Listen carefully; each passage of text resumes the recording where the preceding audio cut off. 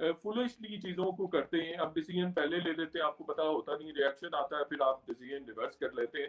तो आपने ऐसा डिसीजन लिया क्यों? आप के कपास और हम चीनी मंगवाने जा रहे हैं इंडिया से, और आपने मजावरत की नहीं जो स्टेक होल्डर्स थे।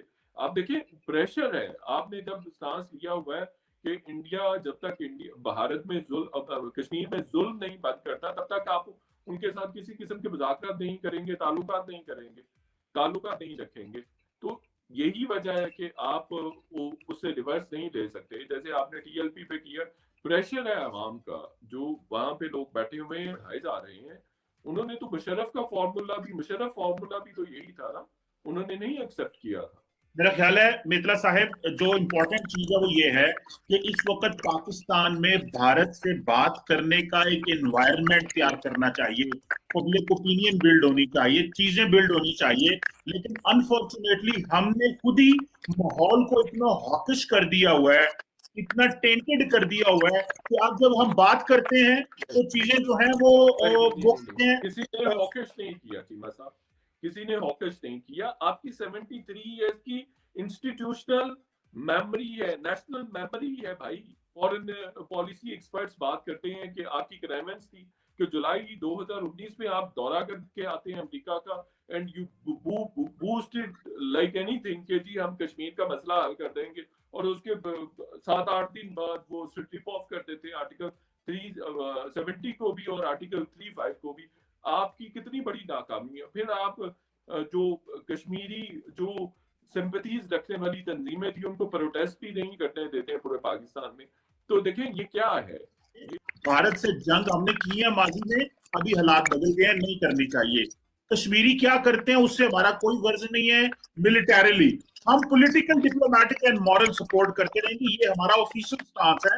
लेकिन मुझे ये जो स्ट्रेटेजिक फैसला रिलेटेड, देखिए मेतला साहब, भारत को लेके हमारे अनइलेक्टेड इंस्टीट्यूशन एस्टैब्लिशमेंट की, आर्मी की एक इंस्टीट्यूशनल मेमोरी है जिसको वो बहुत अच्छे से जानते हैं। तो मेरा ख्याल है कि ये इनिशिएटिव इंडिया को डील करने का, you should always give it to the army. हाँ, आर्मी एंड सिविलियंस मिलकर काम करें।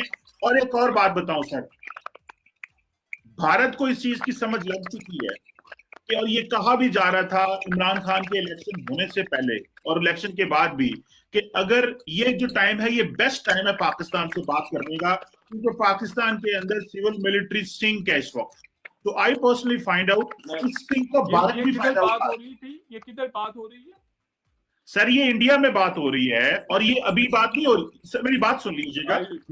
मैं आप बेशक ना एग्री करें मित्तला साहब, लेकिन मैं आपको बता रहा हूं कि इंडिया के अंदर इस बात की रियलाइजेशन थी कि अगर पाकिस्तान से बात करने का ये बेस्ट टाइम है जो अभी है। सो इसीलिए इंडिया जो है वो ये समझता है कि हमें इंटेलिजेंस लीडरशिप को बात करनी चाहिए, मिलिट्री डिप्लोमेसी से चीजें सॉल्व कर लें और बाद में आके हम जो है वो सिविलियंस को चीजें हैंड ओवर कर दें। तो इंडिया में अगर इंटेलिजेंस लीडरशिप बात कर रही है मित्तला साहब, तो वो सिविल लीडरशिप की मर्जी से कर रही है। तो यहाँ पे भी जो बात कर रही है इमरान खान साहब का पूरा आशीर्वाद है। लेकिन मुझे महसूस हो रहा है कि शाह महमूद कुरैशी, आप फॉरेन ऑफिस को बहुत देर कवर करते रहे हैं, शाह महमूद कुरैशी साहब फ्रस्ट्रेटेड जरूर लग रहे हैं, लेकिन there is a blessing from the prime minister कि हमें ताल्लुकात को बेहतर करने चाहिए, चीजों को नॉर्मलाइज करना चाहिए मिर्जा साहब। एंड इंडिया इस चीज का फायदा उठा रहा है आजकल, और बहुत अच्छा फायदा उठा रहा है। और should not be done on the cost of Kashmir, sir. आप कश्मीर की कॉस्ट पे ये नहीं चीजें कर सकते। मैं कह रहा हूँ कि चीजें करनी, देखिए ये बहुत अच्छी बात है। हमें इकोनॉमिक ग्रोथ की जरूरत है, हमें इकोनॉमिक डेवलपमेंट की जरूरत है, हमें वेलफेयर डेवलपमेंट की जरूरत है, हमें इंस्टीट्यूशनल डेवलपमेंट की जरूरत है, हमें हर बेहतर चीज करने की जरूरत है। हम बड़े वीक हैं हर एतबार से, लेकिन मैं कह रहा हूँ there is way of doing things. आप चीजों को बेहतर तरीके से कर सकते हैं, कर सकते थे। आप 2018 से आपने इंडिया को एंगेज करना शुरू किया हुआ है कि इमरान खान साहब आएंगे तो वो इमरान खान साहब जो है वो चीजें कर लेंगे। तो यही चीज तो नवाज शरीफ कर रहा था, नवाज शरीफ को नहीं करने दी। और जंदाल साहब के खिलाफ वो बैकडोर चैनल थे, पूरी की थी कि बहुत ज्यादा पुश किया जा रहा है सऊदी अरेबिया की तरफ से पाकिस्तान को, और बहुत ज्यादा प्रेशराइज किया जा रहा है कि आप इंडिया के साथ मुज़ाकरात करें।